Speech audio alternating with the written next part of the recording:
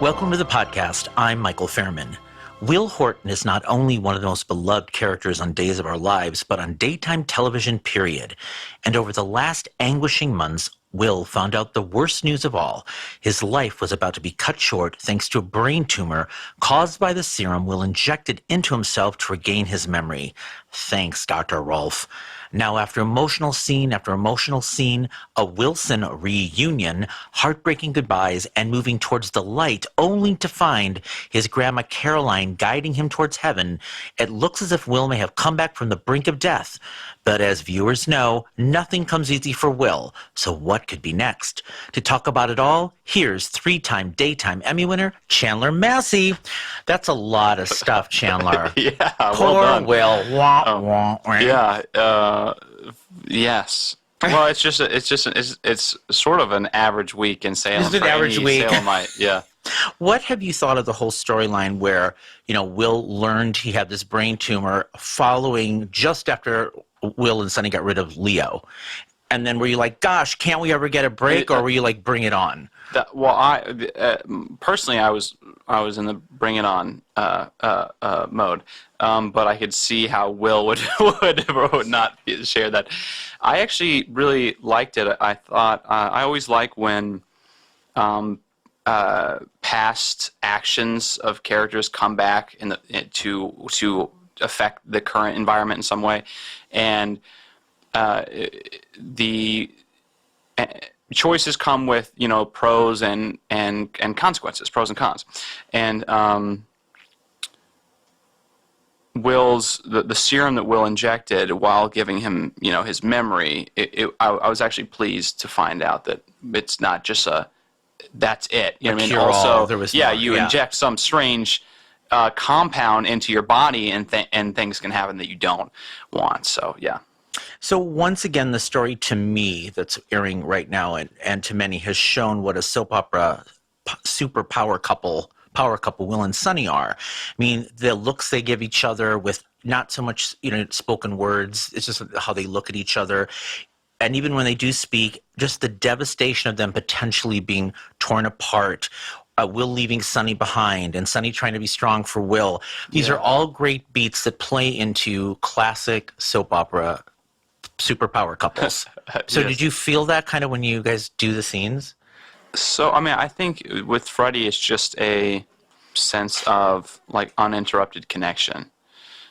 And I think that's why, people watch the show respond to Will and Sonny's, because they really are two kindred spirits who lean on each other.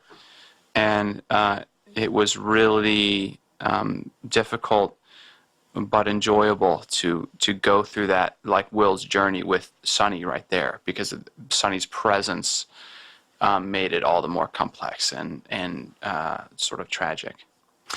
We've talked about this before where Freddie will say he just looks at you and goes right into, from you guys joking around, and flips right into "I love you." Yeah. Like, how is it for you to flip into Will mode with? You don't even really think about it. Mm-hmm. Like it's an automatic. We've been doing it for so long at this point that we really can go from like right at the 3, 2, 1 count, like the countdown. We're cracking some joke to immediately going into romance. So, but isn't that great? I mean, like you're able to do that. Like I don't think a lot of people can. I guess some actors can do that on daytime. I suppose. I think it came with like experience and practice and learning each other and just doing scene after scene after scene, getting comfortable enough to trust each other. Mm-hmm. Yeah. So, of course, Will proposes to Sonny, and Gabby is thrilled for them. And then you have this really kind of funny, sad scene with Camilla Bannis and the two of you in the hospital. Do you remember taping that scene? I do, yeah. What did you guys, were you guys laughing during that? Or how did you guys... that's what was great about that scene, because even in the middle of this, like, oppressive situation where you don't really find there's no hope to be had, Gabby, like Camilla, can come in with Gabby sort of lighten the mood a little bit, and have this moment where, like, well, your life's not over yet. You can still enjoy the last few moments that you have, So yeah, that I really liked how those played out. I mean, she comes like, oh, and she hugs the two of you. She like, comes in a big ball of energy. Yeah, because Will and Sunny both are very well, okay, more Sunny than Will, but at times sort of like soft-spoken, typically gentle-hearted and mellow, and then Gabby is this this fiery, like has so much energy. So it's always fun to like throw her into the mix, and especially in like emotional scenes like that.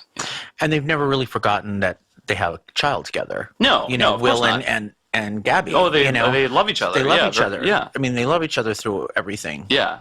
Even all the horrible things Gabby's done, Will is still... Yeah, they love each other. They're not trying to sleep with each other anymore, but they still, yeah. Well, I should hope not. Yeah. Alison Sweeney and Brian DiTillo came back to the show. Yes. When Will was dying, and as he prepares to die, what was it like having them back? And then this is your on-screen mother and father, who you've had so many scenes with. Yeah. And now they come back, you see them again, and how was that to tape those scenes? I mean, it's really, I'm grateful to them. Salem becomes so much more compelling of a place when Allie and Brian are there. And of course, like selfishly, they're my on-screen mom and my dad. Like every moment I get to spend with them in a scene, Will feels whole. So I was really, really happy that they came back, and I hope they'll come. I mean, I hope they'll come back again. Please come back again every day. Yeah. I mean, I just recall remember when Will first came back, when you came back after the whole debacle in Memphis. Memphis. Bartender in Memphis. And remember, she was trying to get Will to remember her, and when she left town and had to leave him and said that goodbye. I don't think Alison Sweeney's ever been better than in these scenes with you, where it's his mother who can't connect with her son because he can't remember her. Yeah, I think that's the like Sammy at her peak, at like her truest self is trying to force love into somebody else. Like, love me. Yeah. Of course, Will's other strong relationship is with his grandmother, Marlena. Yes. And we've talked about this. When Marlena finds out he's dying, he tells her he's dying. Yes. What was it like taping that scene with Deidre? And then, of course, you've had this enduring relationship, Marlena and Will. Each day, each episode was like, I open it and read it, and like, this is another heavy, stuff. I think the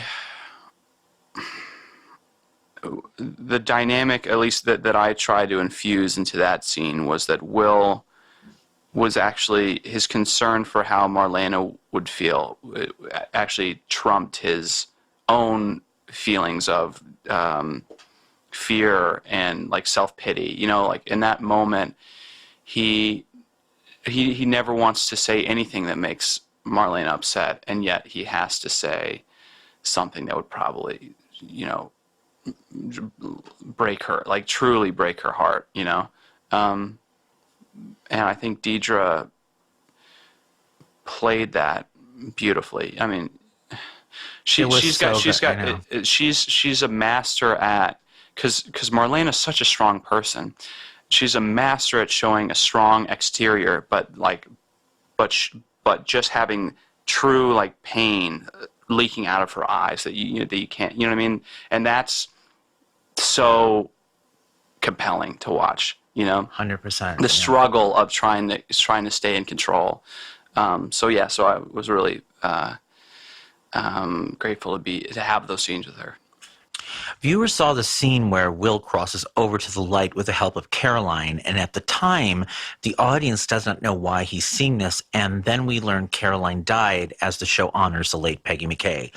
What can you tell me about playing those scenes, how it was taped, and your thoughts on Peggy McKay?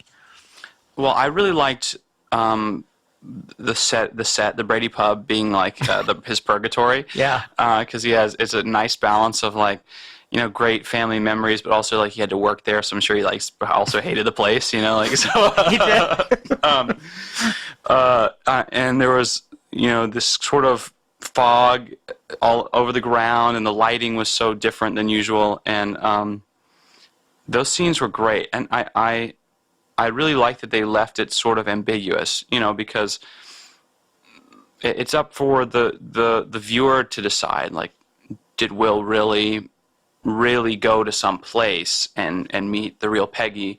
Was it just a, like a hallucination that's sort of typical of, like, or at least death stage, basically. So I thought it was beautiful. I thought it was great for Will because, he believes it really happened, that he went there to the other side. And that allowed him to get closure unlike anybody else. He was the last one to talk to Grandma Caroline, and exchange love. And I was so grateful to be able to play those scenes because I immensely enjoyed Peggy. She was such like a cornerstone of the cast, of the Brady family and the Horton, and I miss her, so it was emotional as well. Yeah. I'm so glad you got that. Yeah. You know what I mean? Like, there's those little things that, as an actor on a show, when you've been playing a part, yeah, they give you these little nuggets that are so special for you. Yes. Yeah. And I guess it gave you the ball to do that. Yeah, you're able to, through the interactions of the characters, create some sort of bond with the human that you're, that you're on, and that's what's cool about acting in general, I feel like. So lo and behold, thanks to none other than Xander, Dr. Rolf's diary appears containing the formula and the antidote to save Will on the day of Caroline's wake. What did you think about how Will was saved and at the same time of the sadness of losing Caroline? I mean, they kind of really balance it out kind of beautifully, poetically, right? Yes. I think it is. It's great. It's another great example of, the process, the journey of life. You have death and you have like rebirth, and Will certainly was very happy that that he was able to receive the he was pretty pumped about being. He's like, yay! Yeah. But at the same time, not forgetting, there are like others like Grandma Caroline who weren't so, lucky. They pass and they don't come back, So you got to treasure them while they're there. So June is Pride Month in many cities in the U.S. and abroad, and this summer has many Pride festivals. Do you still continue to receive tweets, emails, correspondences on how Will has touched so many lives, either people that help them come out, shown that love is love, that he has this enduring same-sex relationship? Have you, what's still happening with you years later? Absolutely. I'll receive mostly, I'm most accessible on Twitter, so I'll read a lot of things that people will send me messages or like mentions or something, and it is incredible that this story has been going on for, golly, when did, like 2011? Yeah, 11? like 8. I feel like 8 years. I want to say, and it still makes a difference to people. So that's. Every time I read, a note, like a tweet from somebody of that nature, like it really warms my heart, and it fills my tank back up to like go into work and like give it my all. The next, you know what I mean? Sometimes, because it's easy to feel some weeks just sort of burnt out, but having a reminder that what you're doing is actually making a difference to somebody, that gives you the energy and the mental fortitude to soldier on. Yeah. Right? Do you remember any specific? Did one ever touch you, or person come up to you that like through you help them come out, or they anything that so memorable to you? Memorable to you? Yeah. There actually it was regarding. There was a man who told me in a letter that actually made its way to my parents' house somehow, but then they passed it on to me, that he watched Days of Our Lives with his mother, and watching the storyline where Will came out to Marlena and that, like, those episodes, I guess allowed or inspired him to have that conversation then with his mom. And his mom, who he just assumed would never accept or never understand, because of having watched the show and seeing that according to the guy, accepted, was there for him, supported him, and supported who he was. I'd like to think, that would have happened anyway, but that like love finds a way. But I think it was confirmation that story was at least helping, Right. Yeah. In closing, in the coming out storyline, was that your favorite all-time Will story or something else? Yeah, for sure. That was really it. Right? That every day I would come to work during that during that storyline, so terrified. So nervous, and it's like every one of my nerves was tingling, just that whole day, because I knew this was it. Like, I was in it. I wanted. You dream of having like telling a compelling story as an actor, and I got it, and I didn't want to, and I wanted to do everything in my power to do it right. So yeah, that for sure. I'll always look back on that story as like that was. Well, I think I can say with 100% confidence you did that story right. And as always, it's always so great to talk to you. So will you stick around and do some Can't Miss clips? Yes, absolutely. All right, let's do that.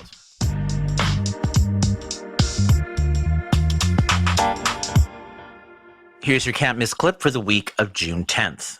On the hunt for Claire, Ben discovers the fire at the Horton cabin. He's arrested and put in police custody.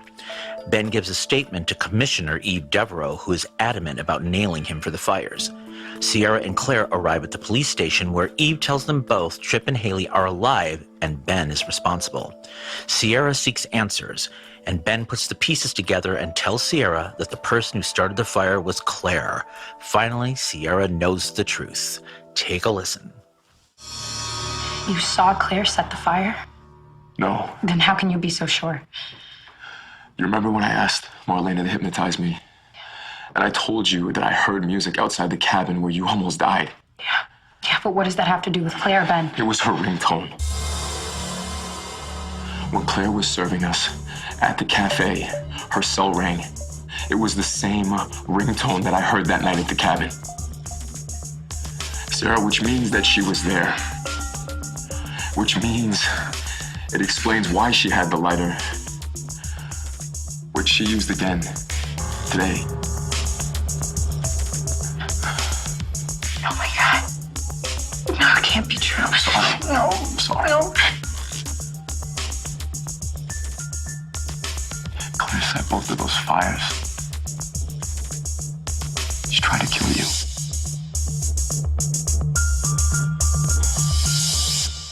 How many cabin fires have there been? Oh my gosh. Has there been, People need to start making their cabins out of some I'm worried about the less arson rate. flammable material. There's which cabin fire is this? Yeah. I'm like, okay. So, Claire. Yeah. Oh, Claire's wigged out. went off the deep end. Went Yeah. off the deep end. She had so much going for her, too. She did. She had such great Smart. parents. She's beautiful. Smart, She has beautiful family. Is this what happens? Arsons are us on. I guess. Yeah. I know. Well, I'm glad the truth finally came out. Yeah. Oh, of course. Yeah. Me too. It's always good that the serial killer is not the Yeah. Ben has plenty to be remorseful for, but at least But now not we that. know not that. Yeah. But he did strangle Will. That's true. And I still haven't gotten a formal written apology for You that. have not. No. Do you remember taping the retape? Because you had to Yeah. retape the scenes. Oh, yeah. Because Guy Wilson was playing at the time, Yeah. and do you remember him Oh, yeah. choking you? Yeah, I do. Those were actually those and were intense scenes. Yeah. Did you like those scenes? Or were you like, please don't choke me to death with this necktie? Some of both. And throw me up against the refrigerator. I liked being able to. I like getting at my own crack at doing that. At filming the Will dying scenes. Yeah. Yeah. You wanted to do that, right? Yeah. For sure. Put your stamp on it. Exactly. All right. Ready for your can't miss clip? Yes, I am. This doesn't contain arson, I suppose. Okay. Probably not. Okay.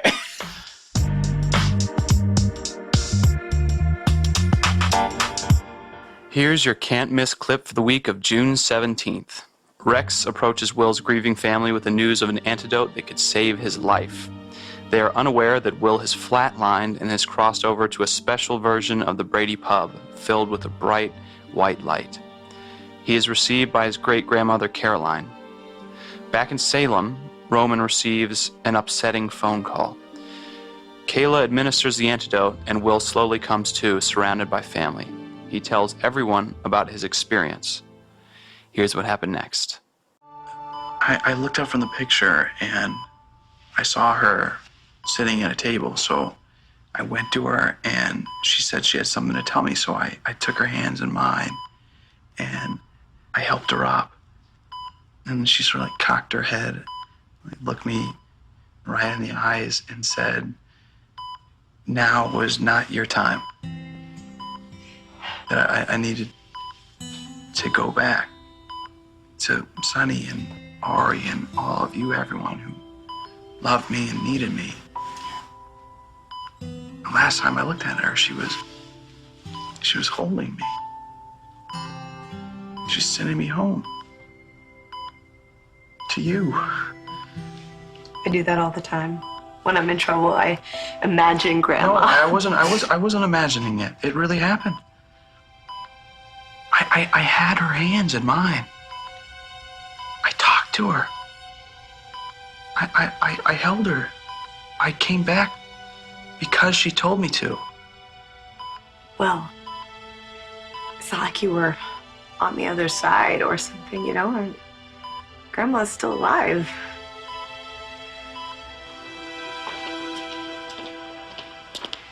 Hey, I am wrung out. Can I buy you a beer?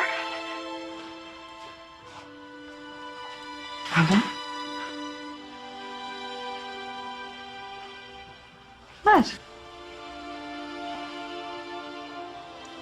I just spoke with Kimberly. Kay, Ma's gone. Kimberly said that she died just a little while ago. In her sleep. She's gone, Kay. She is gone. What? Hankies. Oh my God. gosh. Josh Taylor. Yeah, wow. Did you see that before? Josh, that was really good. Yeah. I'm speechless at that. Well, first of all, the stuff with you was so great too. I mean, that was, and you're like, I saw it. It really and that's really so heavy juxtaposed now with the quote unquote reality. It's given weight by what happens right after that. Yeah. But you remember, like we talked earlier, that scene in that hospital with you when you had Deidre and Ali, and you're with everyone, all the heavy hitters. Yeah, in the that's room, great. And you're like, I saw her. Yeah, and of course Sammy would be like, "No, you're wrong." And unfortunately, this is probably the one instance when Will doesn't enjoy being right at the expense of Sammy being wrong. Right. Yeah. It was beautiful. It's great. So once we learn that Caroline has passed, Will decides, the writer that he is, to write an article on his beloved Caroline. Yeah, I mean, I think that's one of the few things that Will feels like he's good at. He feels like a competent writer, and it's his way of, paying tribute and saying thank you and sort of immortalizing her, because, memories fade, but, that story that he writes will last forever as long as there's the internet. Right. Yeah. All right, Chandler, thank you so much. I know you have to get back to set. Yes. And you can watch Chandler on episodes of Days of Our Lives streaming on NBC.com and the NBC app.